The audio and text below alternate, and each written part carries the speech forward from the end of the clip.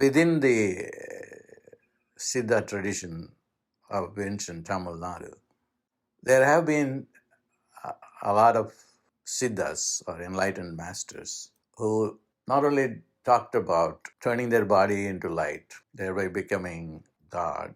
If I try explaining this concept to you in terms of science, science says that matter and energy are one and the same, and then they can be converted to one another.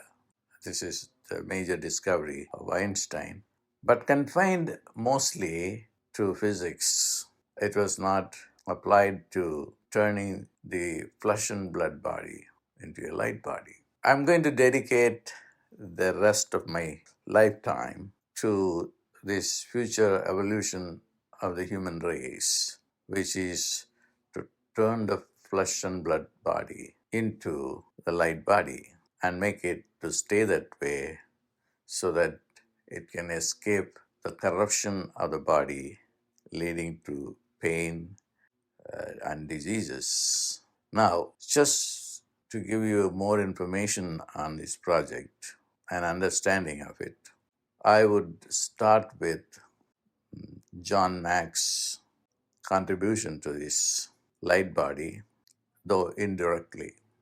During his lifetime, John Mack, who was a professor of psychiatry at Harvard Medical School, was interested in the phenomenon of abduction. He met with a lot of opposition from his colleagues and even from Harvard admin. But luckily, he was able to survive all oppositions and did contribute a lot to the subject quite bravely. His book, Abduction, and the other book, Passport to Cosmos, are very useful to understand the human evolution process, although the presentation of his research as an evolutionary tool for humanity is my own. He only talked about the experiences of people who were abducted and what happened to them during the process of abduction. One constant phenomenon that the experiencers of abduction experienced was a light coming in, entering into the body and the surroundings, and turning the body into molecules. And that is phenomenal. However, the drawback in the process is the light body that was very real for the people who went through this experience of abduction was only temporary body. Then they became flesh and blood again. And that needs to be fixed.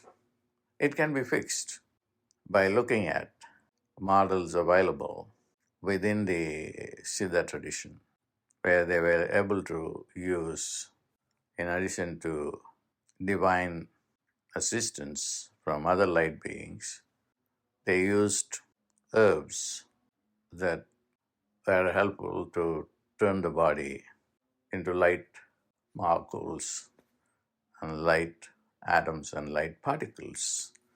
It's very exciting to engage in a process that is forever put an end to human suffering. Money is not going to end human suffering.